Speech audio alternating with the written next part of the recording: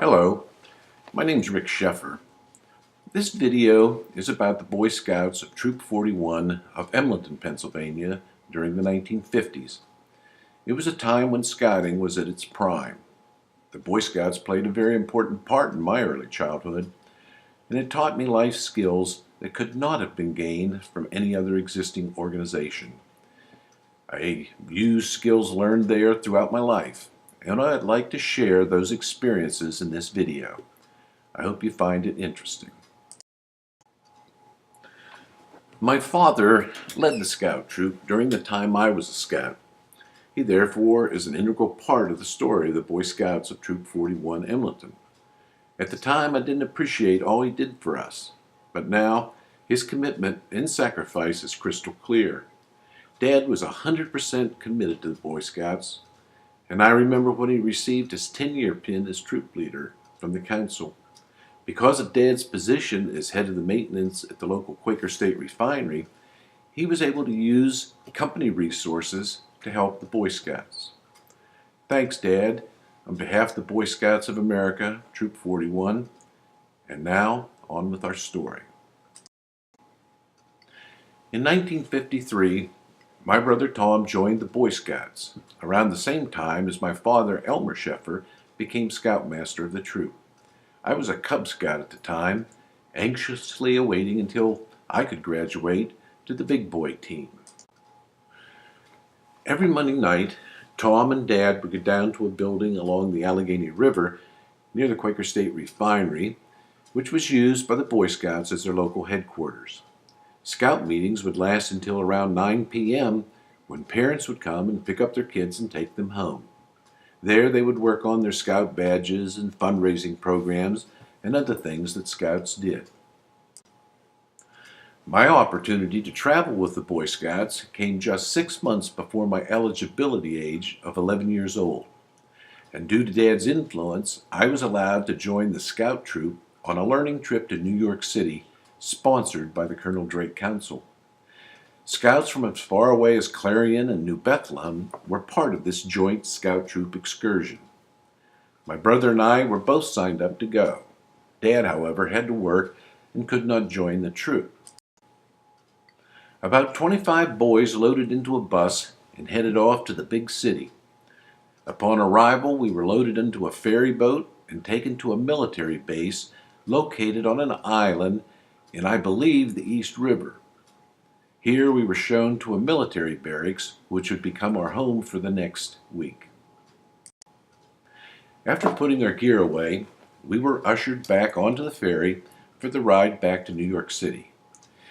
I really can't remember much about the time in New York, but we went to the usual sights of the city: Empire State Building, Statue of Liberty, boat ride around the city. However, several times the Scoutmaster in charge would take us to Midtown Manhattan around mid-morning, tell us we had free time, and to meet him at the drop-off point at noon for lunch. Here I was, 10.5 years old, free to wander the city for hours without adult supervision. I must have connected with some of the older boys, and we managed to meet at the specified time for lunch each day. When we met the Scoutmaster for lunch, he would hand us $1 or so of dimes and quarters and tell us to go into the automat and get what we wanted to eat. The automat was a restaurant where individual items of prepared food were in a case with a window. To buy, say, a hot dog, you put an appropriate coin or coins in the slot, and the door would open, allowing you to take the food item. The other memory I have was when our group was heading back to the island. It was dark when we entered the subway. We stood on the station platform waiting for our train, and when the train came, the crowd of people stormed into and out of the subway car, and I kind of got shuffled in the process. When I finally got to the open door, the door started to shut on me. Someone inside the train grabbed one of my arms, and someone on the station platform grabbed my other arm, both trying to save me from the danger of the moving train. Fortunately, the person on the train succeeded in pulling me into the car to safety. At the end of that week, we returned home with tons of stories to tell. This was my first introduction to scouting, and 6 months later, I officially joined the Boy Scouts of Troop 41. At Scout meetings, we started off by saluting the flag and reciting the Scout Code. We would work on earning merit badges that led up to the rank hierarchy from Tenderfoot to Eagle Scout. Merit badges were earned by completing knowledge and skills in subjects including camping, cooking, marksmanship, swimming, hiking, and many, many more.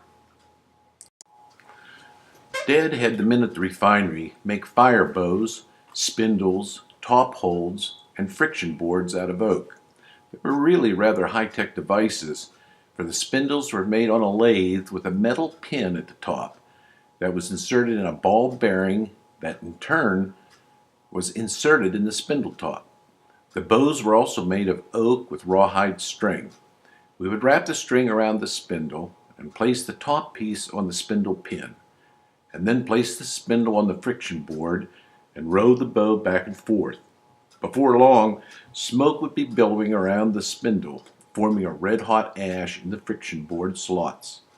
Gently we would tap the hot ashes onto a nest of dry tinder and gently blow until the tinder caught fire. They were really high-tech devices.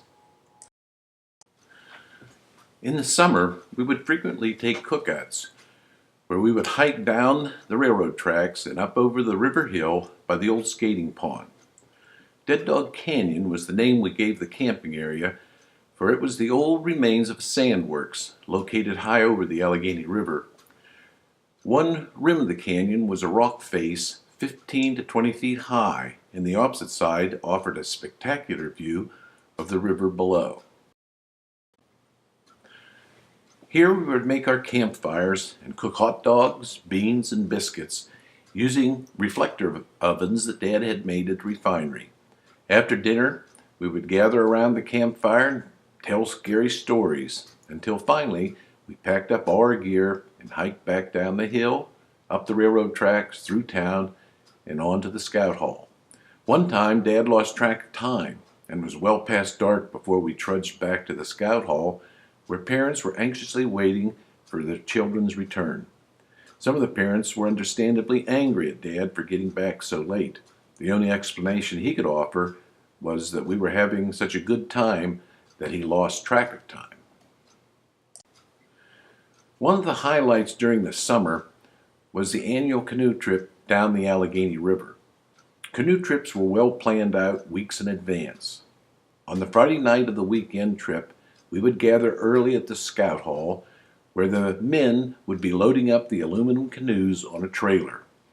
All the scouts packed their backpacks with critical camping items, including change of clothes, a jacket, pocket knife, hatchet, first aid kit, cooking kit, sleeping bag or blankets, and candy treats. Off we would caravan by car up the river to a place called President, located along the Allegheny River. Permission had been granted for us to pitch our tents and make a campfire for the night. Again, dinner was prepared by the scouts, teamed up in pairs, followed by scary stories told around the campfire. Finally, into the tents we went, and eventually to sleep. Early the next morning, we would be startled out of our sleep with Dad's favorite wake-up call. Rise and shine, everyone, rise and shine. After breakfast, consisting of bacon and eggs, we would break down our tents and pack up all our gear and board our canoes for the exciting trip downriver. Excitement ran high early on, but after hours of paddling, the excitement died down, and now it became work.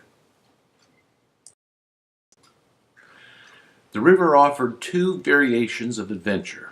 First were long eddies of slow water, which offered little current help to the paddlers. Then out of nowhere, we could come upon the fast water of a riffle. Now it got exciting, for our efforts were focused on keeping the canoe straight as it flew through a fast portion of the river. The most exciting part of the trip was hitting the very fast riffle at Oil City, PA, where the canoes sped through the turbulent water. What a thrill that ride was. At noon, we would stop along the river bank to build a quick fire and prepare our lunch, and then back in the canoes and down the river we would go. Finally, around 5 o'clock, we pulled into the riverbank in front of my dad's cabin that was located several miles south of Kennerdell, PA. Here, dinner was cooked in the cabin, and we would spend the night in beds for the lucky ones and on the floor for the rest. The real highlight of the summer was spending a week at Camp Coffman, the official camping area for scout troops located in the Colonel Drake Council. Camp Coffman was a large tract of land with cabins, a swimming pool, a dammed-up creek, a mess hall, Indian johns, and a large parade ground with a flagpole.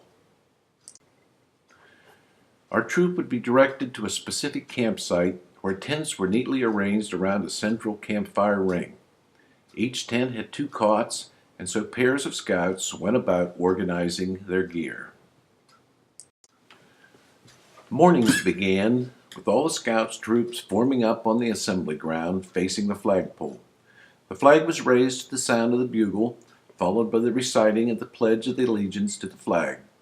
When the word dismissed was sounded, all the scouts broke ranks and ran to the chow hall for breakfast. After breakfast, we would engage in scheduled tasks for the day. Fun time was after working on merit badges. We would have free swim time in the stream, or you could take out a canoe, providing that you were checked out by the proper instructor. Often in the evenings before dark, we would play a game of capture the flag, where 2 teams were established and geographical boundaries were defined for the game. At the halfway point in the boundaries, an imaginary line was drawn, behind which your team was safe. Each team put out a flag at the back end of the team's boundary, and the game would commence. The objective was to capture the other team's flag and return to your safe area before anyone tagged you. And when you got tagged, you were out of the game, and the first team to capture the other team's flag won the game. In the evenings, we would have our own campfires at our campsite, but on Friday night, we would have a huge all-troop campfire where merit badges were awarded to those who achieved them. On Saturday morning, we would pack up our gear and head home. What a great time we would have had. In the fall of the year, Dad would take the scouts to his hunting camp, located in the big woods of Pennsylvania on Meadix Run near Clearfield, PA. The distance there was only 75 miles, but traveling on the old 2-lane roads made it seem like it took forever to get there. The camp was outfitted with multiple bunks, sufficient for everyone.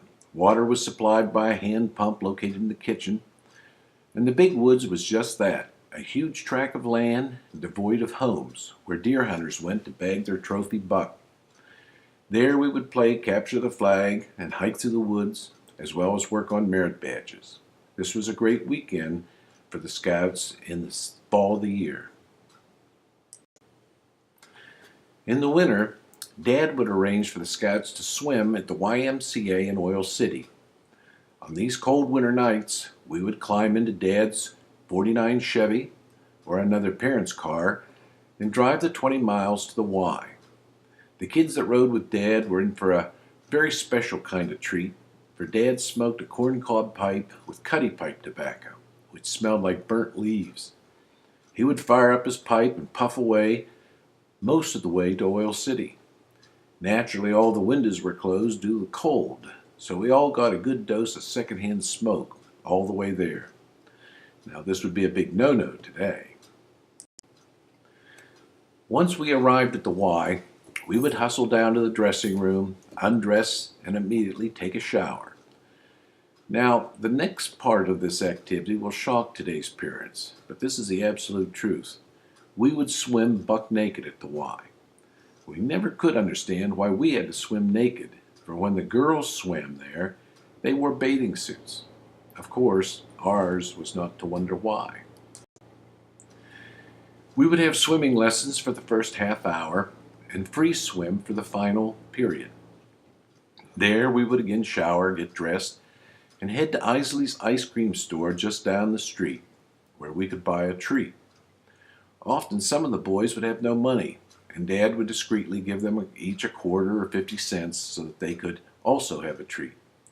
After we finished our treats, we'd pile back into the cars and enjoy another round of secondhand smoke all the way home. One weekend in the winter, we went back to Camp Coffman for winter camp.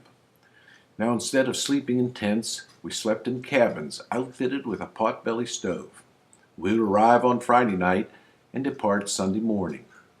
When we arrived, we would claim our bunks, lay out our sleeping bags, stoke up the old pot-belly stove, and head out in the snow for snowball fights and general monkeying around.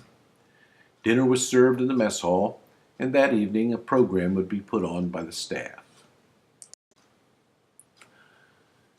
Saturday was more scout business, working on our next rank and earning merit badges that were more attuned to winter camping.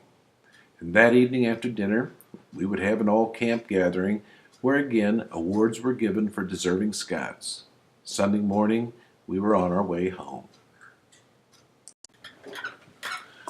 One of the highlights of my time in the Boy Scouts was attending the National Boy Scout Jamboree in 1957. It was held at the Valley Forge National Park near Philadelphia. Dad was to be one of the scoutmasters that took the boys from the Colonel Drake Council, consisting of some 20 to 25 scouts. Boy Scouts from all over the country congregated onto the Mammoth Park, and tents set up as far as the eye could see.